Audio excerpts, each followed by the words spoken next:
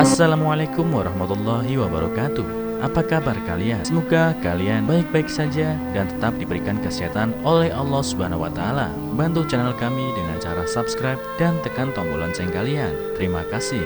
Semoga kisah ini bermanfaat. Namaku Marwah dan aku tumbuh dan besar di sebuah desa kecil nan asri. Desa ini jauh dari hiruk-pikuk kota, terisolasi oleh jalan berbatu dan jembatan kayu yang terkadang tak bisa dilewati ketika hujan deras mengguyur. Aku adalah anak kedua dari 5 bersaudara. Sebagai anak perempuan, tugasku sejak kecil adalah membantu ibu di rumah. Aku belajar memasak, membersihkan rumah, dan merawat adik-adikku yang masih kecil. Menjelang dewasa, aku mulai merasa ada sesuatu yang hilang dalam hidupku. Aku menyadari bahwa meski aku mencintai desaku, aku ingin lebih dari sekadar membantu di sawah dan di rumah. Aku ingin melakukan sesuatu yang besar, sesuatu yang bisa mengubah hidup kami. Pemikiran ini terus menghantuiku, terutama ketika aku melihat bagaimana orang tuaku berjuang keras hanya untuk memenuhi kebutuhan sehari-hari. Aku tidak ingin mereka terus hidup dalam kesulitan. Dengan tekad bulat, aku mulai merencanakan masa depan yang berbeda untuk diriku dan keluargaku. Ketika usiaku 18 tahun, aku memutuskan untuk meninggalkan desaku dan merantau ke kota besar. Keputusan ini tidaklah mudah. Ibu menangis ketika aku mengutarakan niatku, sementara ayah berusaha untuk tetap tegar. Dengan uang hasil menjual beberapa ekor ayam, aku berangkat ke kota seorang diri. Hari-hari pertamaku di kota diisi dengan mencari pekerjaan. Aku tinggal di sebuah kamar kos ala kadarnya bersama beberapa orang lainnya yang juga perantau. Mereka semua memiliki mimpi besar seperti aku, tapi kami semua tahu bahwa jalan menuju mimpi itu tidak akan mudah. Aku berkeliling dari satu perusahaan ke perusahaan lain untuk menawarkan jasaku yang mungkin bisa berguna di perusahaan tersebut. Tapi ternyata berjuang di kota besar tidak semudah itu, apalagi untuk lulusan SMA desa sepertiku. Benar kata orang, kota besar memang kejam. Setelah berminggu-minggu mencari, aku akhirnya diterima bekerja sebagai karyawan magang di sebuah perusahaan ekspor-impor. Perusahaan ini bergerak dalam perdagangan berbagai produk dari Indonesia ke luar negeri. Meskipun posisiku sangat rendah, aku sangat bersyukur bisa mendapatkan pekerjaan ini. Aku bekerja keras melakukan apa saja yang diminta, mulai dari menyiapkan dokumen, membantu di gudang, hingga mengurus pengiriman barang. Gaji yang kuterima memang tidak besar, tapi aku tetap menyisihkan sebagian untuk dikirimkan ke kampung. Aku tahu bahwa ayah dan ibu membutuhkan bantuan, dan aku ingin mereka tahu bahwa aku tidak melupakan mereka. Di sela-sela kesibukanku bekerja, aku juga belajar banyak hal. Aku belajar tentang bisnis, tentang cara bernegosiasi, dan tentang bagaimana dunia perdagangan internasional bekerja. Aku bahkan mulai belajar bahasa Inggris agar bisa berkomunikasi dengan klien-klien asing. Malam-malamku diisi dengan membaca buku dan mempelajari hal-hal baru. Meskipun kadang aku merasa sangat lelah, namun semua kerja keras itu tidak sia-sia. Perlahan tapi pasti aku mulai memahami bagaimana dunia ini bekerja. Aku melihat peluang di mana orang lain melihat masalah. Aku belajar bahwa di balik setiap tantangan selalu ada kesempatan, dan kesempatan itu harus diambil atau akan hilang selamanya. Setelah beberapa tahun bekerja di perusahaan ekspor-impor, aku mulai berpikir untuk memulai usahaku sendiri. Aku ingin menciptakan sesuatu yang bisa menjadi kebanggaan bagi keluargaku dan membawa perubahan yang lebih besar bagi desaku. Aku mulai merencanakan langkah-langkahku dengan hati-hati. Setiap uang yang kuterima, aku sisihkan sedikit demi sedikit untuk modal usaha. Aku tahu ini adalah langkah yang penuh resiko, tetapi aku tidak pernah meragukan kemampuanku untuk belajar dan berkembang. Aku mulai merintis perusahaan perdagangan internasional kecil yang mengkhususkan diri pada produk-produk kerajinan tangan dari desa-desa di Jawa Tengah. Produk-produk ini memiliki kualitas yang luar biasa, tapi kurang dikenal di pasar internasional, dan aku ingin mengubah itu. Dengan pengetahuan yang kudapat selama bekerja di perusahaan tempatku bekerja, aku mulai mencari pasar di luar negeri.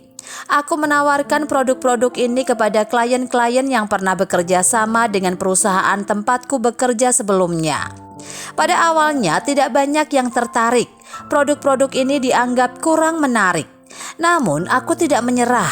Aku mulai melakukan modifikasi pada desain, memperkenalkan elemen-elemen modern tanpa menghilangkan keaslian kerajinan tangan tersebut.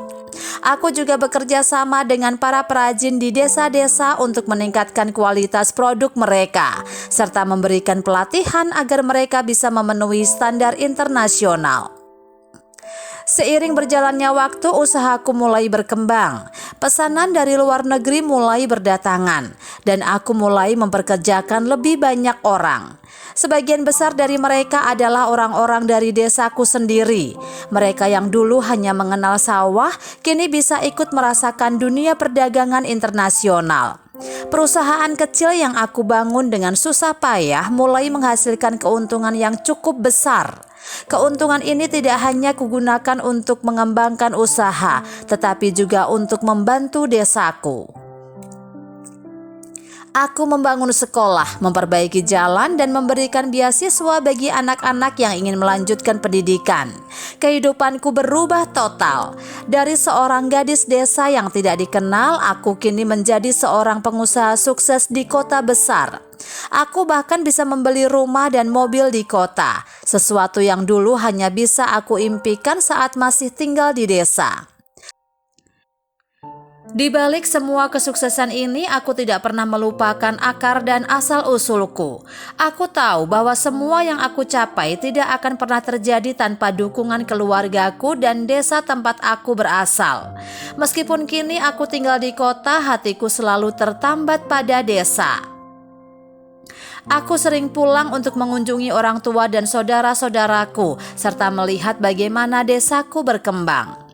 Setiap kali aku kembali, aku selalu disambut dengan senyum dan rasa bangga dari mereka yang dulu mengenalku sebagai gadis kecil yang bekerja di sawah. Mereka tahu meskipun aku telah meraih kesuksesan di kota, aku tetaplah Marwah yang dulu, anak desa yang tidak pernah melupakan asal-usulnya. Dengan segala pencapaian yang telah kuraih, aku merasa tugas baruku adalah menjaga dan melestarikan warisan budaya yang telah membesarkanku. Aku percaya bahwa kesuksesan bukan hanya tentang materi, tetapi juga tentang bagaimana kita bisa memberikan dampak marwah bagi orang-orang di sekitar kita. Dan itulah yang ingin terus kulakukan, baik untuk keluargaku, desaku, maupun diriku sendiri. Setelah merasa cukup stabil dengan usahaku, aku memutuskan untuk membawa keluargaku ke kota. Ayah, ibu, dan saudara-saudaraku akhirnya bisa merasakan hasil dari kerja kerasku. Rumah kami di desa tidak kami jual, justru digunakan untuk gudang pengepul barang-barang yang akan dijual. Kini usiaku sudah menginjak 28 tahun dan aku sudah menghabiskan 10 tahun dalam dunia bisnis. Kesibukan mengelola perusahaan membuatku melupakan satu hal penting dalam hidup, yaitu pernikahan. Orang tuaku terutama ibu seringkali mengingatkanku tentang pentingnya memiliki pendamping hidup. Namun aku merasa belum ada yang benar-benar menarik hatiku. Tapi seiring waktu perasaan kesepian mulai menghinggapi. Aku mulai memperhatikan pria-pria di sekitarku, terutama di tempat kerja. Salah satu yang menarik perhatianku adalah Randy, seorang pria yang bekerja di salah satu departemen di perusahaanku. Dia terlihat jujur dan baik hati, sesuatu yang jarang kutemukan dalam dunia bisnis yang keras ini. Setelah beberapa kali berinteraksi, aku mulai merasakan ada ketertarikan di antara kami. Aku pun memutuskan untuk mendekatinya. Tak butuh waktu lama bagi kami untuk saling jatuh cinta. Randy adalah sosok yang membuatku merasa nyaman dan akhirnya kami memutuskan untuk menikah.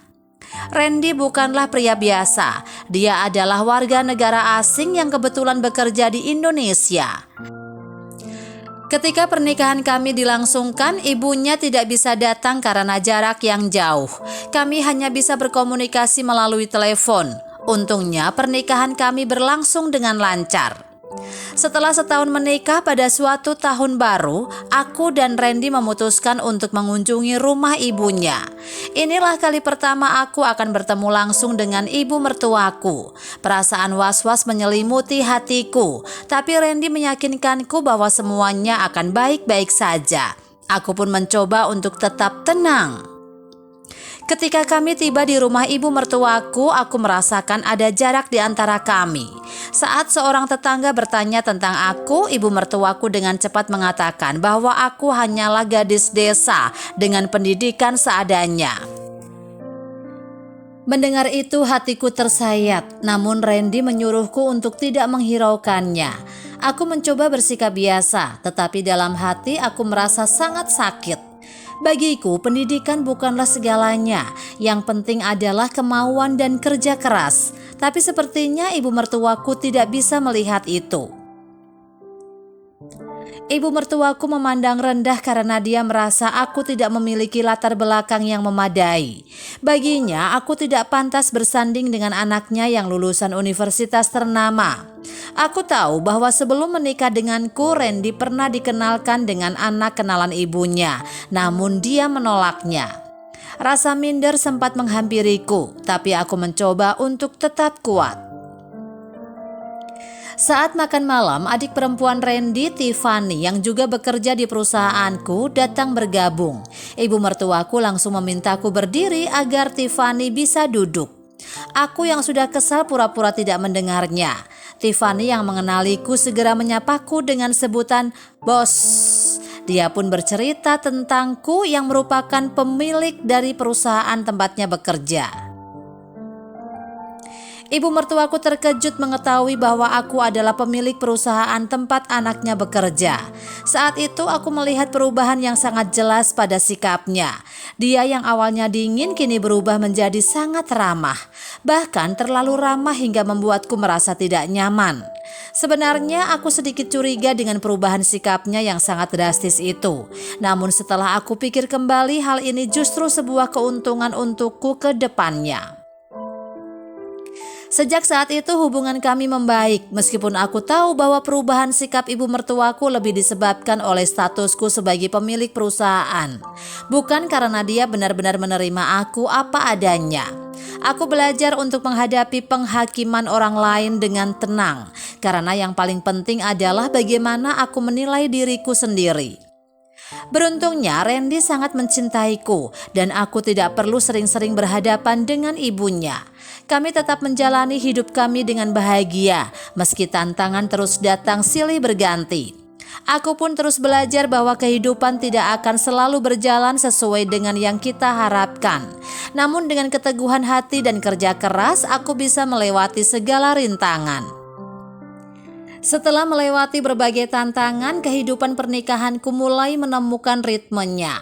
Meskipun ibu mertuaku sudah lebih menerima kehadiranku, hubungan kami tetap terasa kaku. Aku mencoba mengimbanginya dengan lebih sering berkomunikasi dengan mertuaku. Randy pun selalu memberikan dukungan penuh dan itu membuatku merasa tenang. Dalam hidup aku menyadari bahwa tidak semua orang akan menyukai kita, tapi selama kita bisa menjaga hubungan dan tetap berbuat baik, itu sudah cukup. Di sisi lain, bisnis yang aku bangun semakin berkembang. Aku mulai membuka cabang-cabang baru di beberapa kota.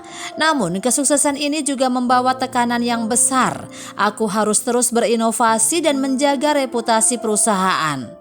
Tak jarang aku harus menghabiskan malam-malam panjang di kantor, memastikan semua berjalan lancar. Aku sadar aku harus pandai-pandai membagi waktu antara pekerjaan dan keluarga. Meskipun begitu, terkadang aku merasa kehilangan momen-momen penting dalam hidupku dan pernikahanku. Suatu malam saat aku tengah tenggelam dalam tumpukan pekerjaan, Randy menghampiriku. Dengan lembut dia mengingatkan bahwa kesuksesan tidak hanya diukur dari materi, tapi juga dari kebahagiaan keluarga. Kata-katanya membuatku tersadar. Aku tidak ingin menjadi istri yang hanya terfokus pada pekerjaan dan melupakan suami yang selalu ada untukku.